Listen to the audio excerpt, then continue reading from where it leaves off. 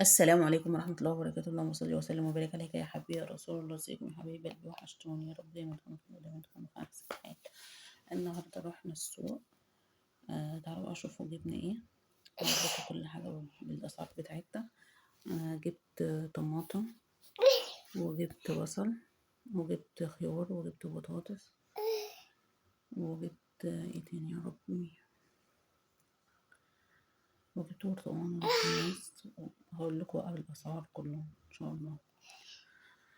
أنا جبت البطاطس 2 ب35،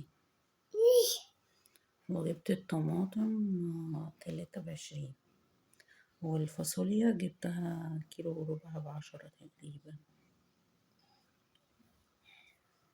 والطماطم حمرا وحلوة زي ما انتم شايفينها كده. وجبت ايه تاني يا رب، جبت البصل ب25، والخضرة جبتها يعني الواحدة ب100 تقريبا.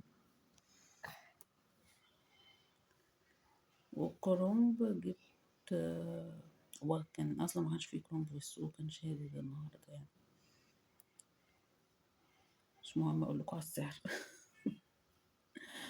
انما الليمون دوت ربع ب2 جنيه، والبرنجان الاسمر دوت كيلو وربع ب5، وكيس فنكوش ب5.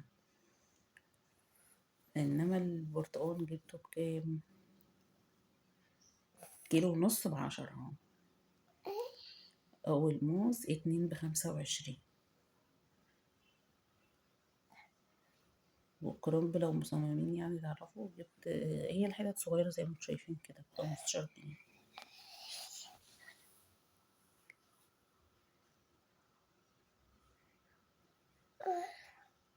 ما تنسوش بقى تعملوا لايك، ولو لسه مشتركتوش في القناة اعملوا اشتراك وفعلوا الجرس. هنا بقى بعد ما جيت من السوق عملت شاي بلبن كده عشان افوق كده، كنت جاية فاصلة خالص. اقعد بقى اشرب الشاي بلبن وبعد كده اشوف هعمل ايه، بس اكيد هنام يعني. اشوفكم في فيديو جديد ان شاء الله. مع السلامة.